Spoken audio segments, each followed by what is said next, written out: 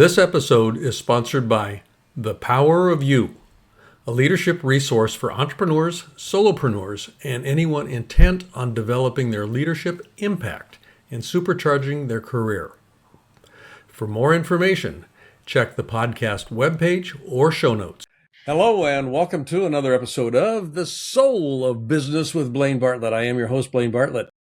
The idea of being an entrepreneur is a really interesting, how do I put this? A lot of the people that listen to this show and a lot of the clients with whom I work are entrepreneurs, or they've got an entrepreneurial streak in them. And whether they're in a job working for somebody else, or whether they're actually a solopreneur or an entrepreneur, a true entrepreneur, having started a business, that entrepreneurial streak can both enhance what it is that I'm doing, or it can actually be somewhat debilitating if I'm not real clear about what's in play.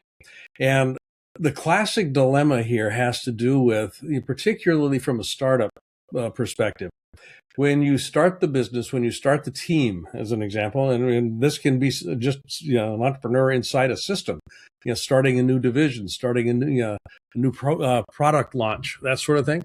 The entrepreneur has a job. They are the leader of the team, the leader of the enterprise, the leader, founder of the organization. But real quickly, if there are any kind of wisdom at all involved in the way that they're working, they come to realize that they don't have just one job. They've actually got 6, 7, 8, sometimes 9 or 10 jobs. And this is particularly true in the early stages of organizational formation, team formation. And that can get us wrapped around the axle real quick, because from the soul of business perspective, there's a brand promise inherent in the creation of an organization. There's a brand promise inherent in the creation of a team or a product launch. And that brand promise gets lost when the entrepreneur, when the solopreneur, when the founder, when the leader takes on all of those roles. There's only so much time in the day, and there's only so much bandwidth that most people have. So very quickly, it becomes a question of, how do I scale this thing smartly? And my guest today, Ben Muxlow, is a founder of a startup, For Her Fitness, which is a fitness play for women. And yeah, I love what this guy's up to. I'm just going to kind of put it this way. He's relatively young. As a matter of fact, I think he's one of the youngest people I've had on the show, which I'm very excited about. But he's looking to impact, and I'm going to just kind of crib directly from his bio that he sent over for me here. Pursuing impact on a national scale. He co-founded a nonprofit called Mad Marketing Agency while he was at university. And the organization For Her Fitness, and we'll talk about that, forherfitness.com, has actually got a pretty healthy footprint right now. They're doing some really interesting work. And Ben's at a stage in the development of the organization, as well as the development of himself as a CEO, of realizing that something had to give, if he was going to be successful.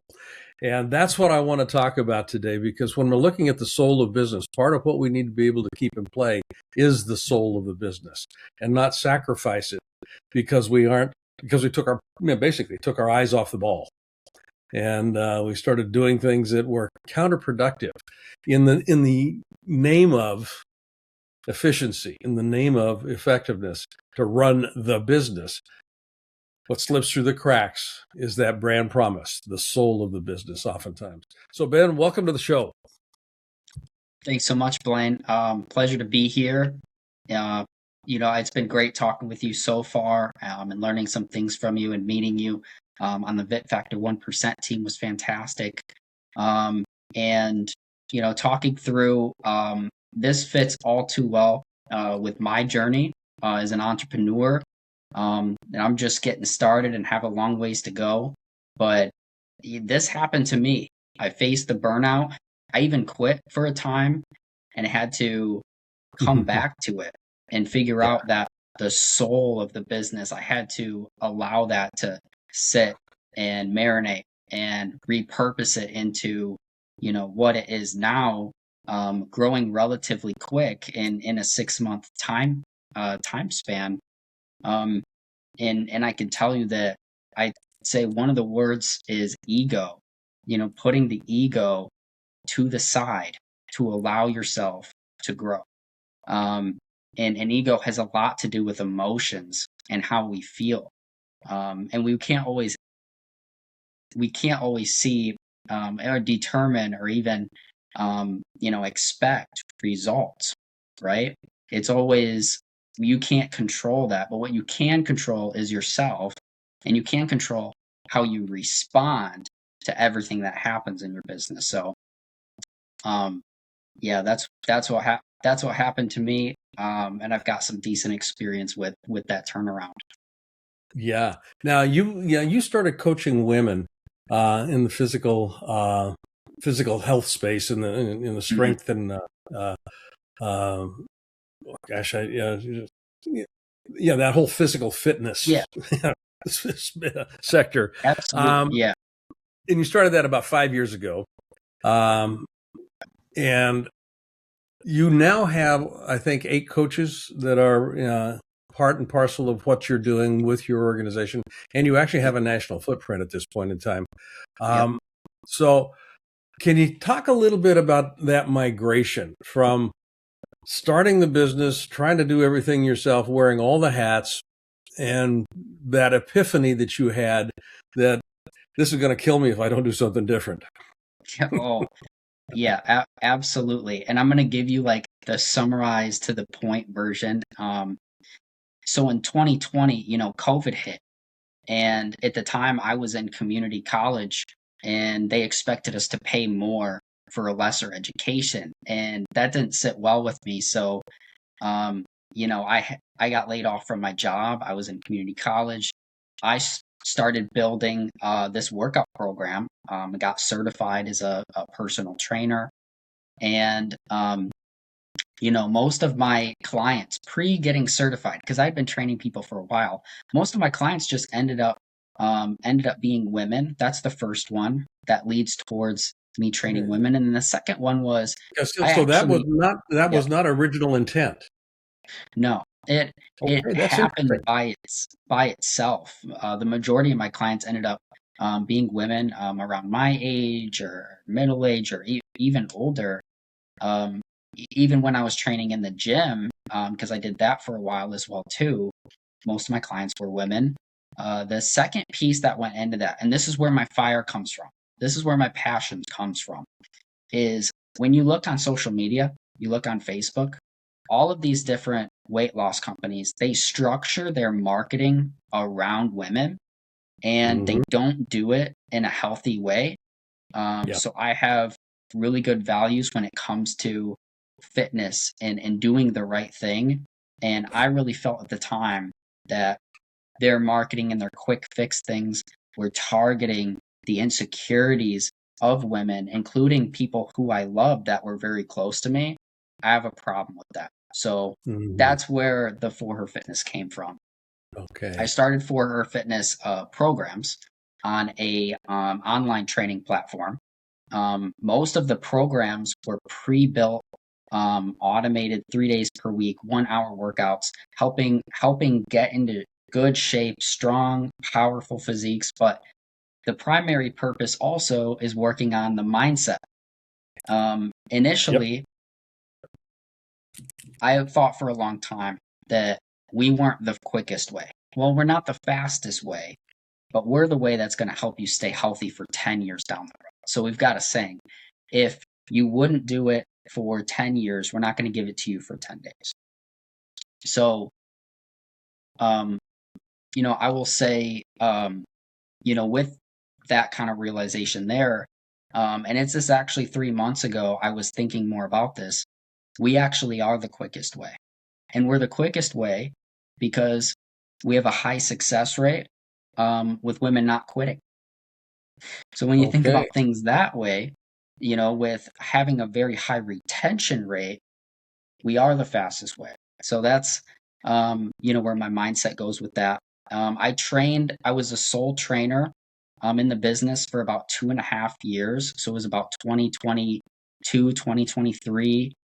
I had been pushing, building programs, focusing more on high ticket, and it was going really well. I refused to grow my business. I refused to hire coaches. I never hired someone for marketing, the finances.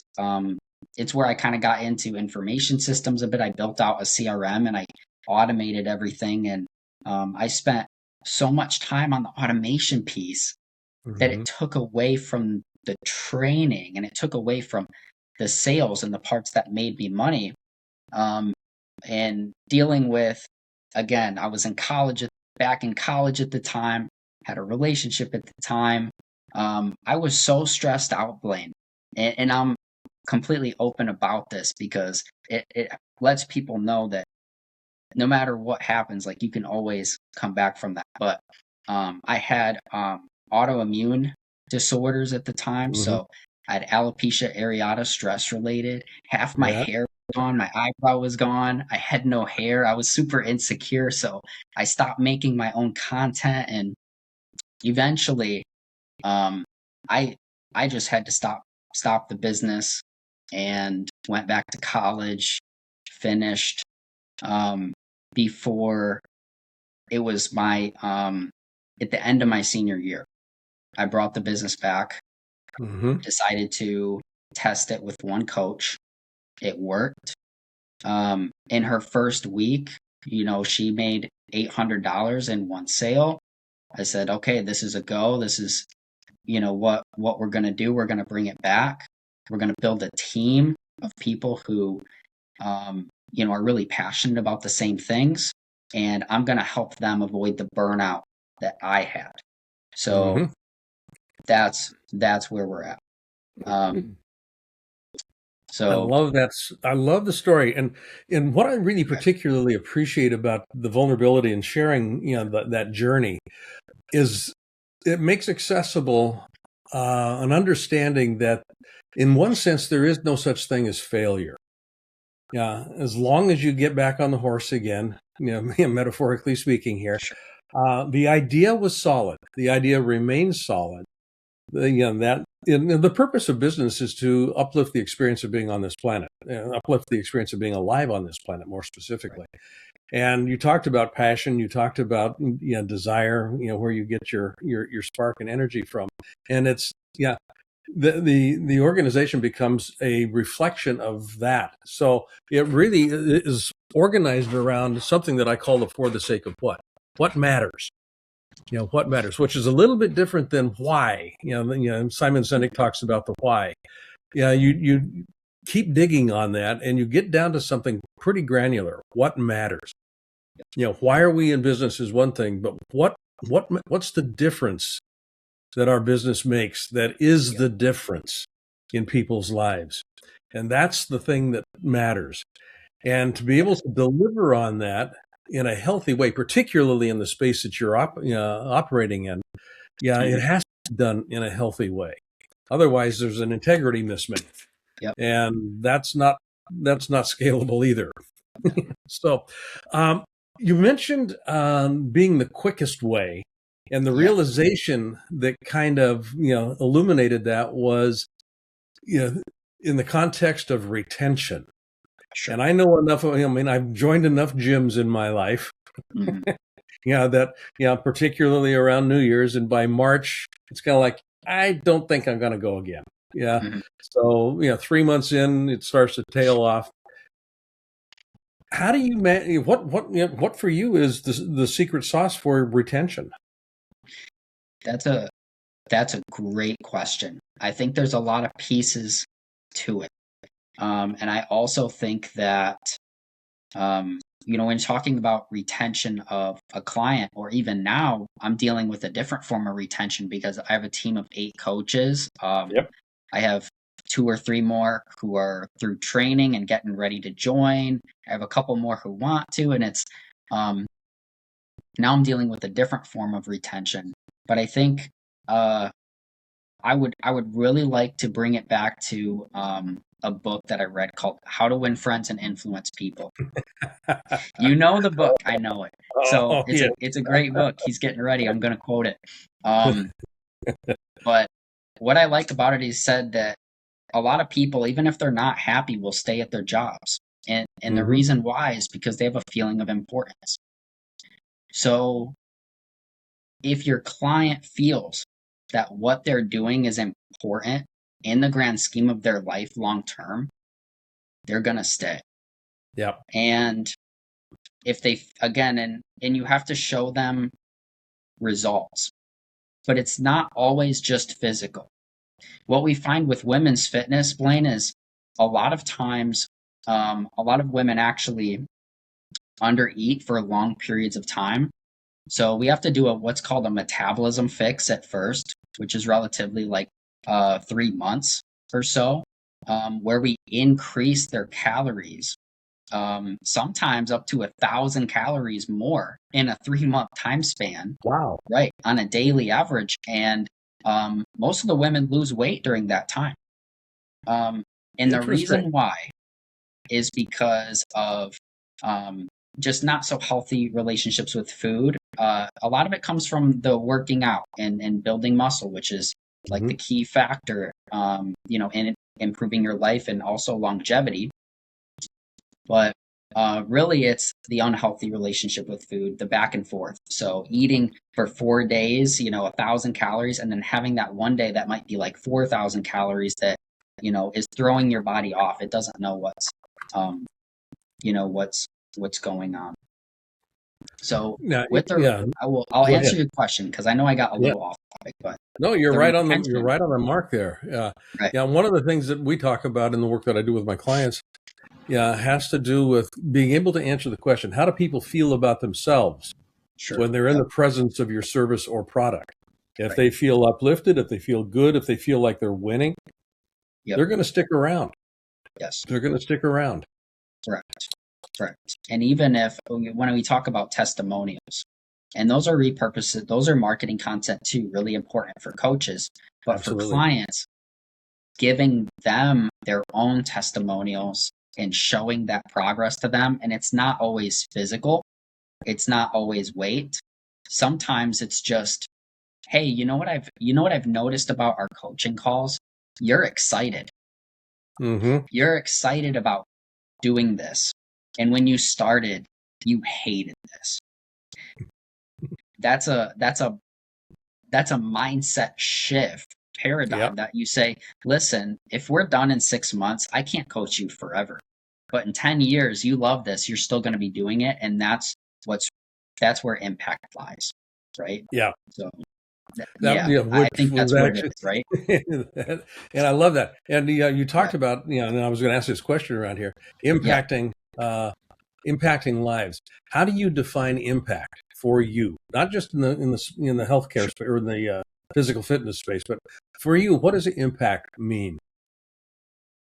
Oh man, that's a tough challenge. I think this is the soul of business, right? It has to do with the soul. And I think when you look at how you think, how you act, if you can change how you think in a positive way and you're thinking more positive and it leads to acting more positive, and I think that's where impact lies. Because if I can help one person, right? And that's really, if I make no money in business, but I impact one person positively, they have actions that are more positive. Their entire network is going to be, changed and impacted by the way that they act and they take action. And it's an investment in that form. One thing I'll say on the impact statement. So this is super, and I want you to hear it, and hopefully you can break it down for me. Okay. But during the college time, when I was taking a break, I was trying to sell life insurance. And I say trying because, I did really well. It brought out a lot of confidence in me. I had a lot of confidence to earn.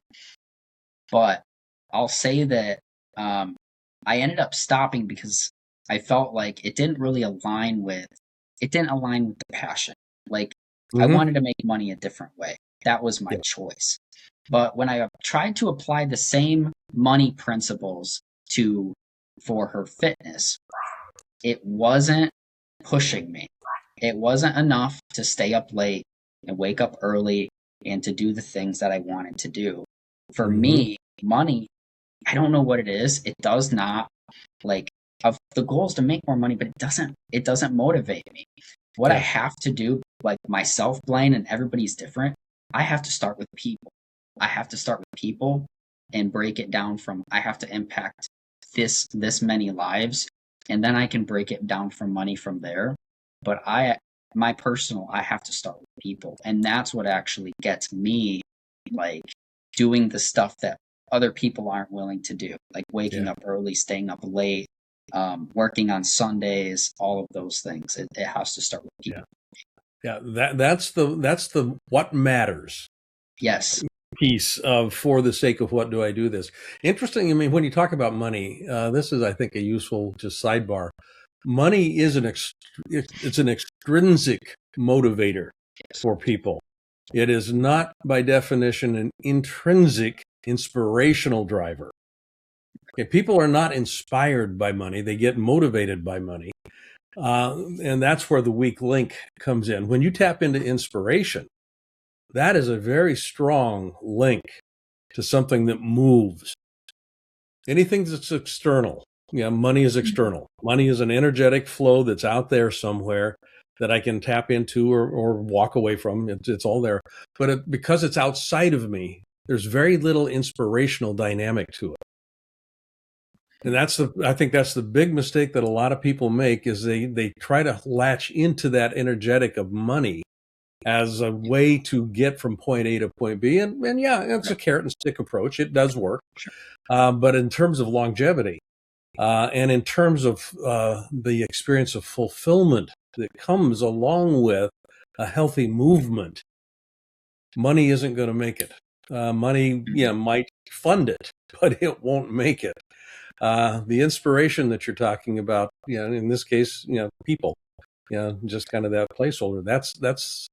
That's where it really lives, and that is, I think, the secret sauce for her fitness. Yeah. Is again, all an organization is a collection of people that are in relationship, and if the relationships are working well, you got a pretty good shot at being successful. So that being said, I want to just examine a little bit here, kind of lift the lid Sure. on the company here. You've got 8 coaches working with you. You got folks in the wings that want to come on.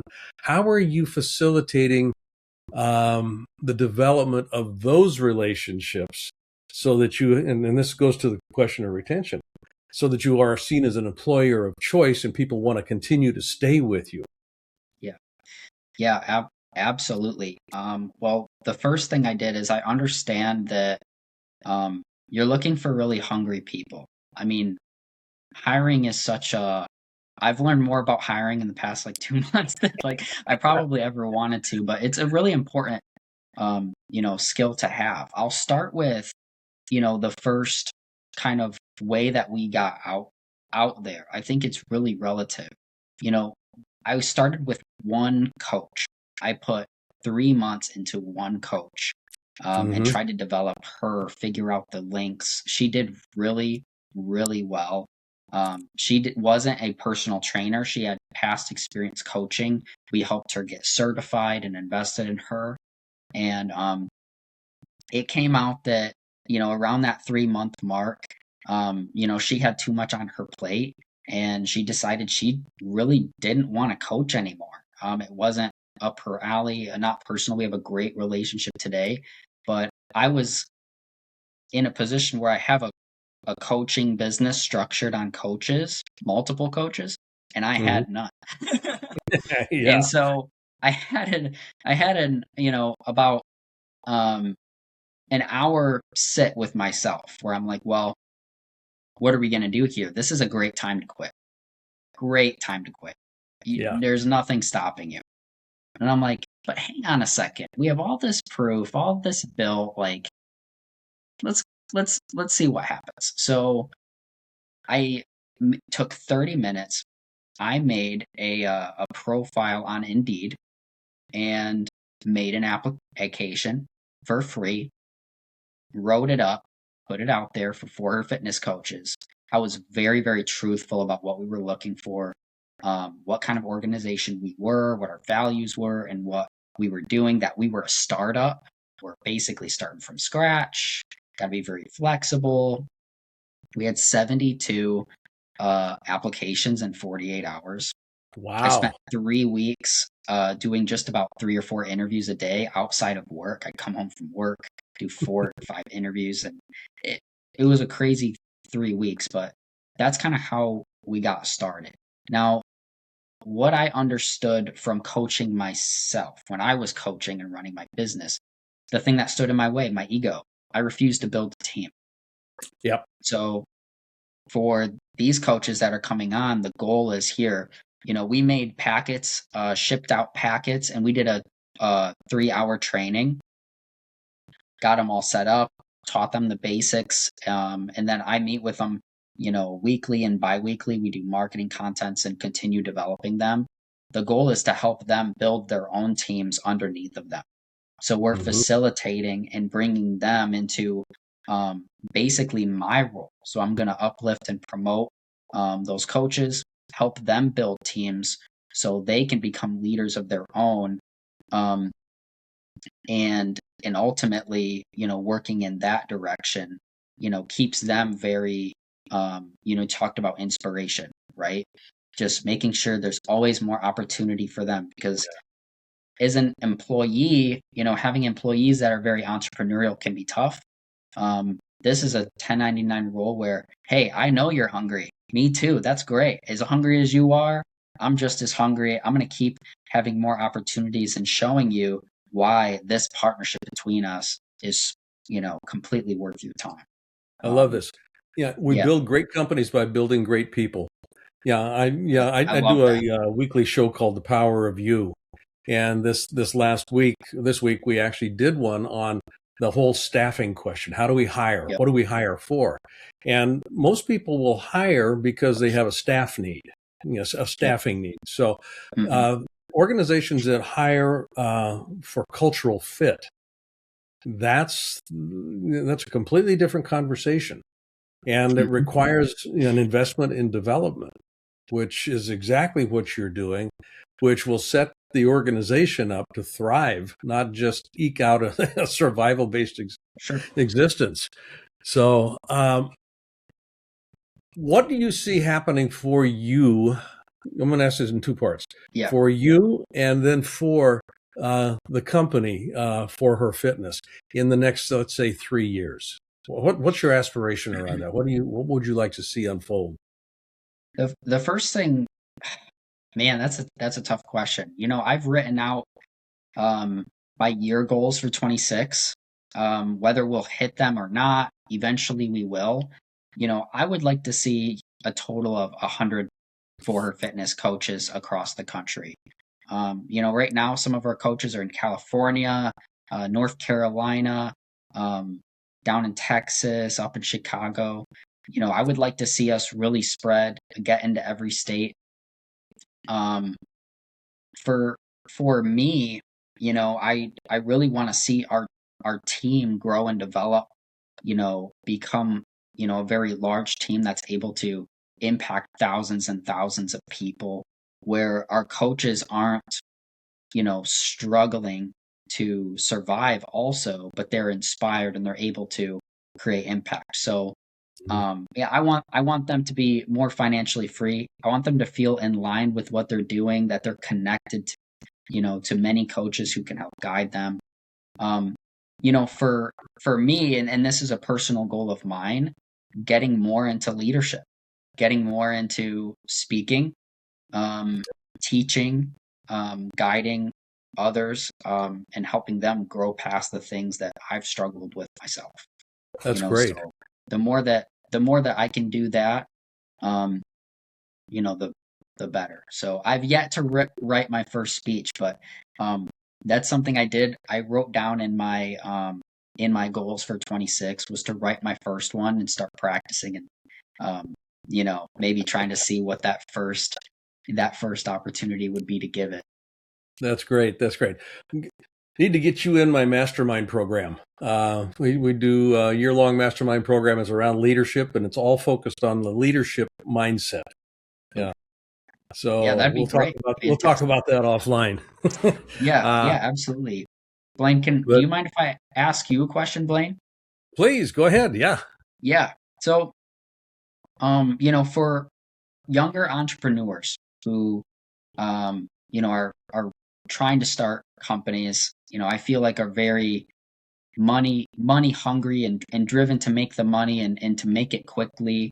And sometimes we'll feel maybe like I did, like how you feel like you failed, but it's not a failure. And sometimes you have to like pivot. What's a time in your life you've had to pivot like that?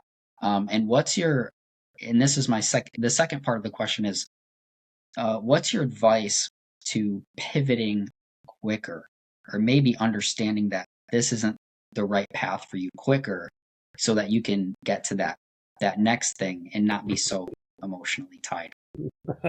Emotionally tied is the key.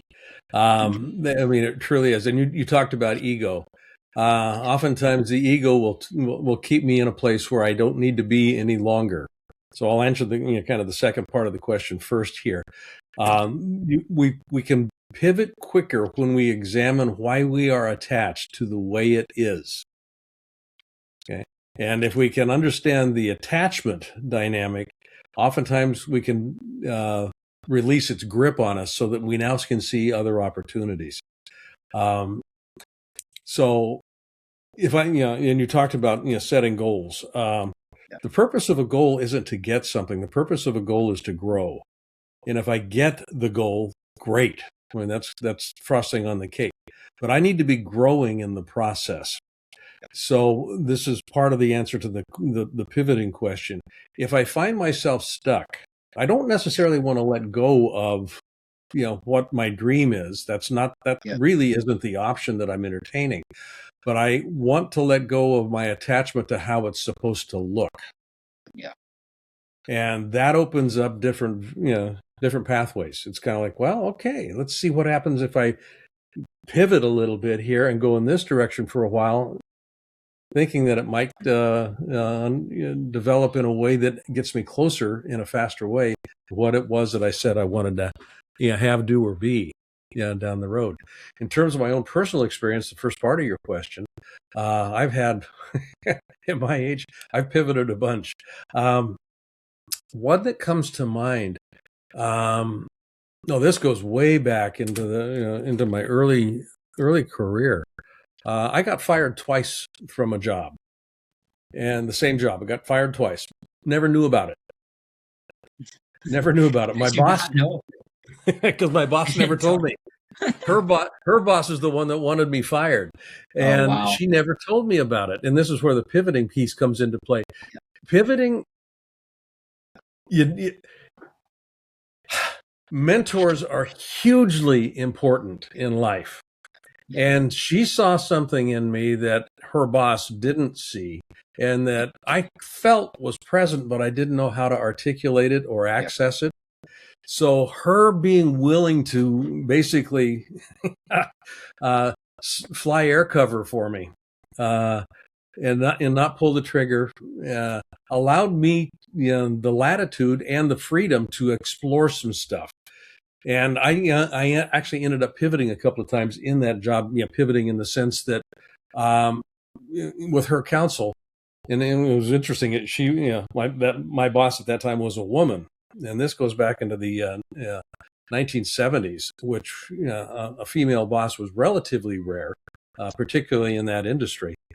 And she made some suggestions about what I needed to do in order to be more successful. And it was different than what I thought I was supposed to do. So this is where that ego comes into play again. And I had enough respect for her, and both her acumen, but also her intelligence and her intuition to say, I'm in. Let's just see what we can do with this. And started making some, some shifts. Yeah. And I ended up running a major portion of that company. Yeah, a couple of years later. And we still laugh today that I got fired twice and never knew about it. Wow. But yeah, and that's really, I think, honestly, Ben, where one of my first lessons in not being attached to outcome, looking a certain way, having to have certain components to it, being willing to let nature unfold in its natural state. We talked a little bit offline here before we started working about how drift occurs. Yeah, and drift is a Napoleon Hill concept, where people begin to move away from that natural expression of who they are. Because the soul of anything basically represents a blueprint for what it can become. Yeah, in an acorn, the soul of the acorn contains the blueprint of an oak tree. It doesn't contain the blueprint of an aspen or a fir tree. The blueprint of an oak tree is in an acorn. Given the right circumstances, it will flourish. And we've got this beautiful oak that is very unique in and of itself. It will be different than any other oak tree around. That's the soul of the business. That's the soul of the individual. And drift occurs when we start layering on top of that soul so heavily cultural expectations, societal expectations, belief systems about what I can and can't do, who I am and who I'm not supposed to be. All of these artifacts that just kind of get covered. They end up covering that soul's expression. And that's where drift comes in.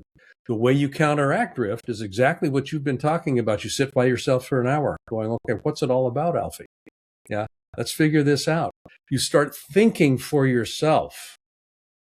And I don't mean this in an egoic way, but you start quieting yourself so you can listen. And then in that listening, you begin to hear the voice of the soul. And that's what thinking actually leverages is, okay, I hear that voice. How can I express it? That's the thinking piece. That counteracts drift. Yep. And it's not comfortable because oftentimes you end up going against societal expectations, cultural expectations, familial expectations. Your ego comes into play and all that stuff. And unless that struggle is going on, and I say struggle in the sense it doesn't have to involve suffering, but it is, it's not an easy slam dunk. Unless you're willing to experience that, you're going to drift away and you're going to live somebody else's life. So how do you consistently remind yourself? I mean, I write a lot of things down, and I feel like that helps me. But how do you consistently remind yourself? I study every day. I study every day. And by study, I've got a book on my desk here that I've been reading for the last 7 years. And I read it every day. There's passages, there's pieces of it, a paragraph that I'll spend a week on. And it's a paragraph that I've looked at 7 years ago.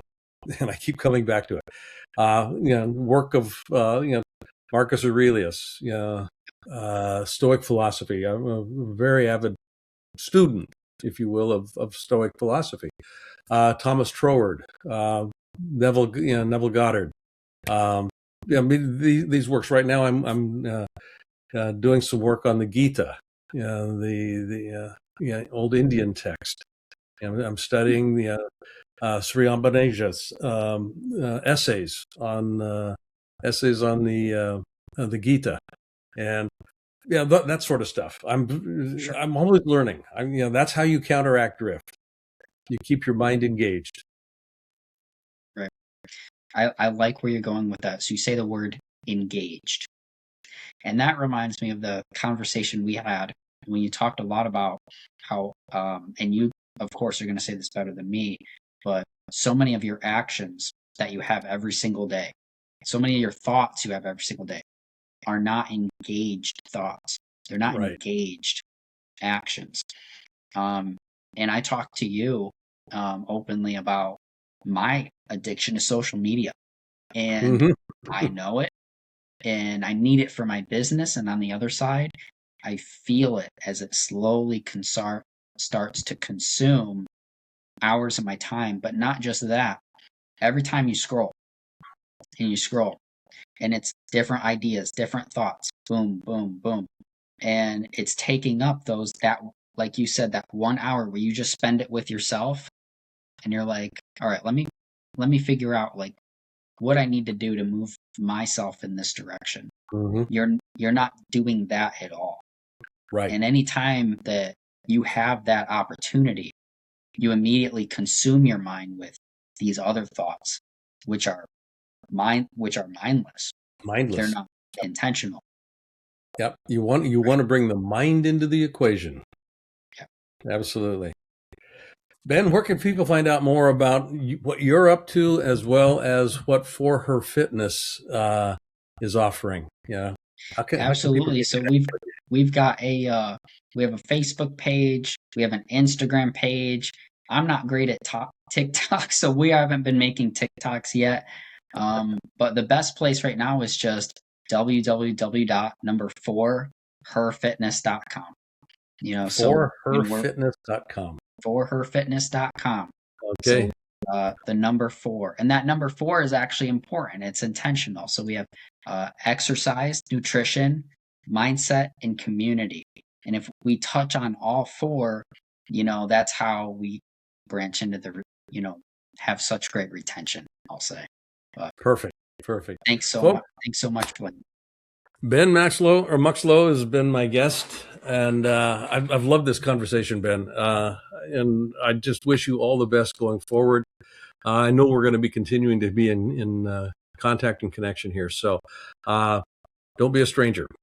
And folks, as you get ready, and this will be coming out probably the first of the year of 2026, just given the schedule here. And if it's coming out the first of the year, which it will be, find a way to just kind of set yourself up to win. And health and fitness is a major way that you end up doing that. You've got one body. You've got, if you don't have your health, nothing else matters. Yeah, I mean, truly, nothing else matters. So give yourself a gift. forherfitness.com will be the place that you can get more information about that. And as always, find a way in your life. And again, nature has been my greatest teacher, I think. There's nothing in nature that serves exclusively as a center of accumulation. Everything in nature at some point in time finds a way to be a center of distribution. So in your life, find a way to be a center of distribution. Give away a hug, give away a smile, give away and double tip your server when you go out to a dinner. Okay, give something away.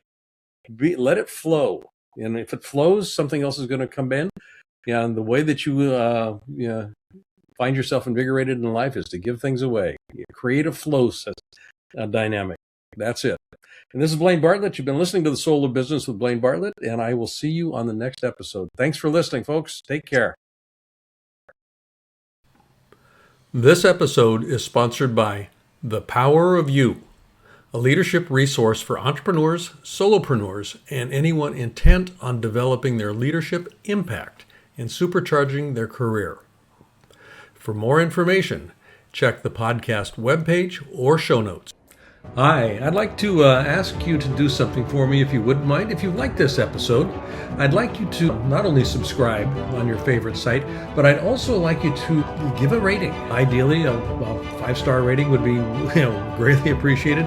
But I think more importantly also would be just some comments. That helps with the algorithm, and it helps build the audience with this. And more than anything else, if you could invite somebody else to listen, just share this episode with a friend, with a colleague. And I'd like to see how we can grow the soul of business. I think it makes a difference. Thanks.